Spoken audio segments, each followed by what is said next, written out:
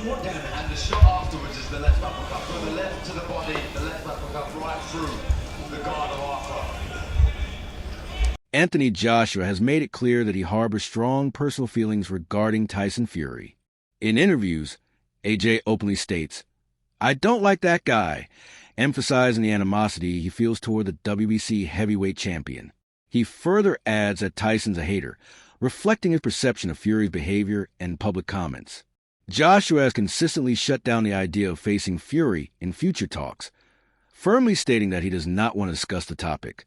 His candid remarks reveal a deep-seated dislike that goes beyond typical professional rivalry, showing that personal feelings heavily influence how AJ approaches potential matchups. The sentiment is clear. Joshua is not interested in entertaining Fury's provocations or engaging with him beyond the necessary professional context. Your opinion, what you live your life by, is irrelevant what I think, and vice versa. Tyson don't need to worry about my opinion. He needs to focus on himself. Tyson Fury has also made headlines with his critiques of Joshua, intensifying the tension between the two fighters. Fury publicly criticized AJ, labeling him a classless loser for agreeing to fight Jake Paul. He framed the decision as controversial, questioning Joshua's motives and suggesting that competing against a YouTube personality diminishes his standing in the... Kill somebody in a boxing ring. I think, you know what? He's a little bit long in the tooth to be talking shite like that. He's 37-year-old at the end of his career, fighting a YouTuber, a Disney Channel guy, who Tommy B. And now he's talking about killing him and all that to try and sell. Please. Barking up the wrong tree, idiot. Here's a fun fact. If I ever come across you, bum, I'm knocking you dead spark out. I ain't a YouTuber or a man half your size. I am him. The man. You're a classless loser. Coming off a 15 months knockout defeat to a local lad. Imagine if someone from Morecambe knocked me out. You big bum, useless tosser. Get up, and I can't wait if Jake Paul... He was performing against N. GA underscores his elite skill level, power, and precision, demonstrating that he is far from diminished despite Fury's claims. Analysts and commentators have noted that AJ's ability to deliver a decisive one-punch knockout against a formidable opponent, like Ngannou, is a testament to his ongoing prowess in the ring. Fury's characterization of Ngannou as a bump further amplifies the inconsistency in his statements, as it ignores AJ's demonstrated capability to handle and dominate top-tier competition. This discrepancy between Fury's words and AJ's proven achievements fuels the public debate, with many arguing that Fury's remarks are more about ego and provocation than factual assessment. Jake, but again, he fought Francis Ngannou, and then AJ had to mop up Francis after Francis made Tyson look like an absolute bum. And then Tyson wants to talk about, oh, I'll fight you, I'll knock you out, you dosser. How many times have you had the opportunity to sign the contract to knock out the big dosser? Wasn't it Tyson that went off and retired and decided he didn't want to box anymore versus fighting AJ? Now, we may get that fight in 2026, and Tyson's a very smart man. This is probably what he's trying to set up, but the point is, this video is dumb. Everybody that got on Twitter that was upset with AJ saying that either missed the context or doesn't want to hear it. He didn't mean he's legitimately going in there to try to murder Jake. It is the mentality of a fighter to go in there and be ready to die/kill, because that is the sport. It's modern day gladiators, like Jake said, but it's also done for sport. It's not done with malice. It is legitimately the job of a boxer to render your opponent unconscious. So yeah, I thought that was very silly, and AJ even having to explain it again, it was a very sinister message, but it's the reality of sport. You're kind of carrying boxing on your shoulders here. You are going to do this for boxing. You did say it, and I felt like it was a little bit different. Why is the mindset different for this particular battle? Oh, good question. I don't know, but I remember with Ngannou, he beat up Tyson Fury over 10 rounds, and somehow Tyson Fury got the decision. But I think... Facts! I can't be the only person that thought that Francis actually beat Tyson. Ngannou won, and I was then called in to fight Ngannou, and I knew there was a lot riding on it. And with this one, in terms of putting boxing on my back, it just seems like I'm being called in to, I don't know, save the pugilists, the purists of boxing and so on. People don't like the fact that I'm fighting Jake. Whether that concerns me or not is another question, but if we look at the people that don't want me to be here, but they want me to put an end to Jake Paul's show, I understand it, and that's why I have to carry boxing on my back with this fight. Do you view it this way? Do you view it as old guard versus new guard, that he's representing boxing and he's been tasked with ending the Jake Paul experience, and it's up to you to keep it going?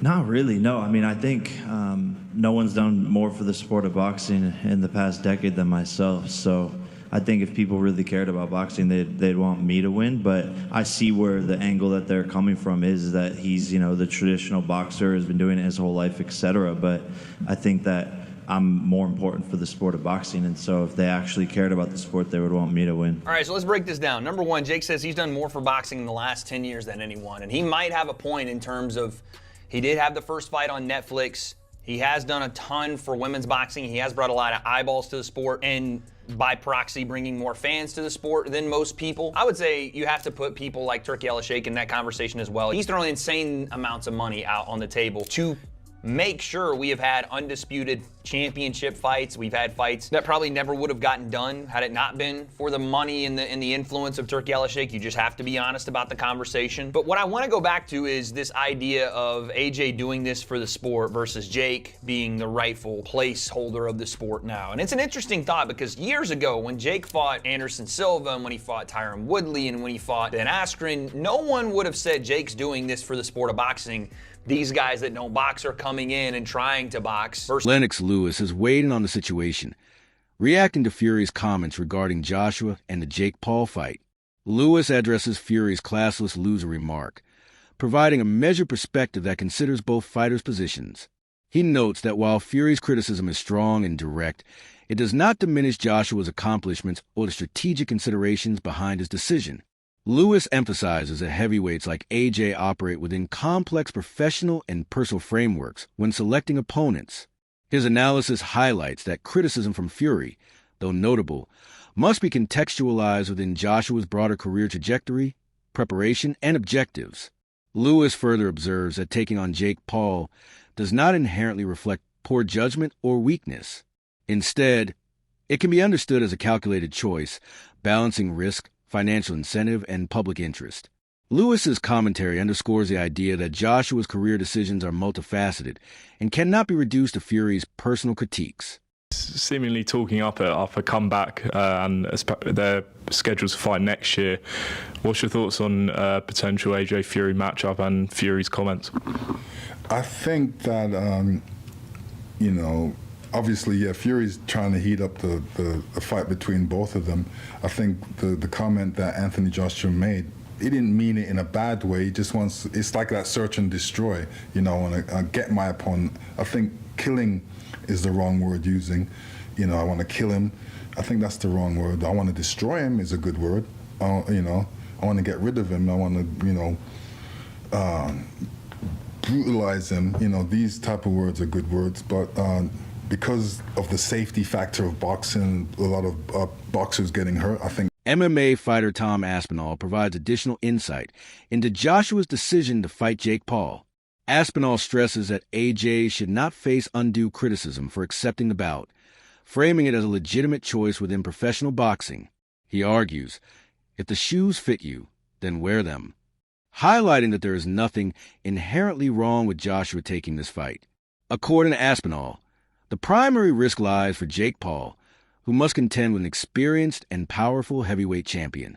This perspective shifts the narrative, suggesting that the fight's danger is primarily on the younger, less experienced fighter, while AJ's involvement aligns with both competitive and professional interests.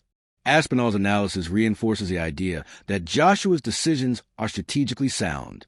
By accepting a fight with Paul, AJ maintains activity in the ring, sharpens his skills, and positions himself for future high-profile bouts without overextending or taking unnecessary risks. Aspinall emphasizes that external criticism, including Fury's comments, should not overshadow the rationale behind Joshua's choices. The fight provides AJ with an opportunity to control the pace, demonstrate skill, and protect his standing as a top heavyweight, even when faced with public scrutiny. Jake Paul been into it now 5 years. If you would have told me this 5 years ago, I would have never thought that this was possible. Anthony Joshua, former Olympic gold medalist, two-time heavyweight champion of the world, I believe, fought all the greats of this era, apart from Tyson Fury, and now he is fighting Jake Paul, who's essentially social media guy, former Disney guy, but also, we've got to give him his credit, he's a pretty good boxer. Like, he's coming into it, he's getting better every fight, it seems. Questionable opponents. This is a wild matchup, but Anthony, like, there's been a lot of stick out there, Anthony Joshua, people saying, like, why is he fighting Jake Paul? Look, for Anthony Joshua, this is an 8-rounder, isn't it? Or is it 10-rounder? 8. This is an 8-rounder. The guy's he'll be getting something like 50 million for the fight. Look, if the shoe was on the other foot, all of us, me, you, people behind the camera, we would all do an easier job than our own job for that amount of money. Let's stop being silly. Let's stop the flack towards Anthony Joshua.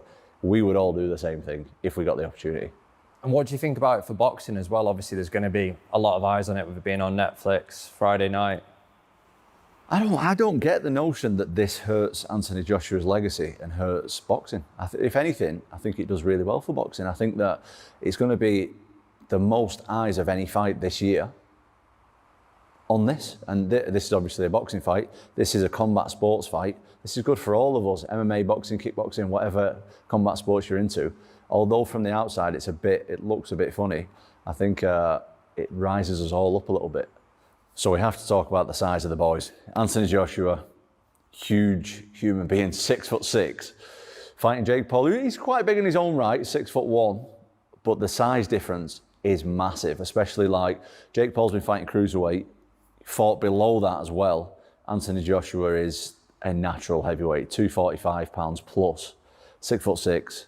Jake Paul obviously a lot shorter, but one of the advantages that we've seen for Jake Paul in this fight, when Anthony Joshua fought Anthony Ruiz, he's fought him twice. In the first fight, particularly, Anthony Joshua was making himself a lot smaller than he actually is. In the second fight, he did improve on it a little bit more. He wasn't using that long, stiff jab and the one long... Michael Bisping breaks down the high-stakes situation surrounding Anthony Joshua and Jake Paul, emphasizing the enormous pressure on AJ. He points out that Joshua is a former 2-time world champion and Olympic gold medalist, vastly more experienced, bigger, and a far superior boxer compared to Jake Paul. Because of this, Joshua faces significant expectations. If he wins, it's the result everyone anticipates. But if he loses, the consequences are severe. A loss to a YouTuber like Jake Paul could jeopardize a potential mega fight against Tyson Fury next year in Riyadh, possibly canceling the highly lucrative bout and altering Joshua's career trajectory. Bisping highlights the contrast for Jake Paul, noting that this fight is a win-win for him. If Paul wins, it would be the biggest upset in combat sports history, instantly elevating his status. If he loses, he faces minimal consequences, having already taken on a top-tier heavyweight.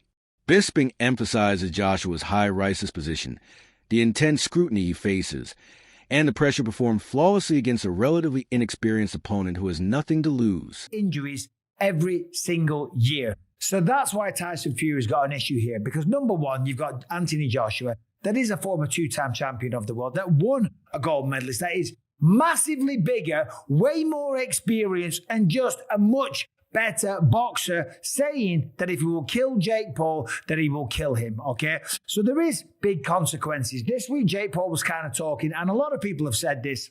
It's a win-win for Jake Paul, and it's a lose-lose for Anthony Joshua. Well, it is a lose-lose for Joshua, because if he beats Jake Paul, who cares? You're supposed to beat him. We know that. If he loses against Jake Paul, by the way, he's supposed to fight Tyson Fury next year in Riyadh, okay? Imagine this, he loses to Jake Paul. Do you still think they're going to fork out 150 million quid or whatever crazy number it's going to be for him to take on Tyson Fury when he's just got knocked out by a Disney boy, by a beginner, by a YouTuber, whatever you want to call Jake Paul? If he loses this fight, that fight is off the table. Now, win-win for Jake Paul, that's very different. Yes, if he wins, incredible. Wow, what a story. The biggest upset in the history of combat sports, right? It would be. It'd be insane.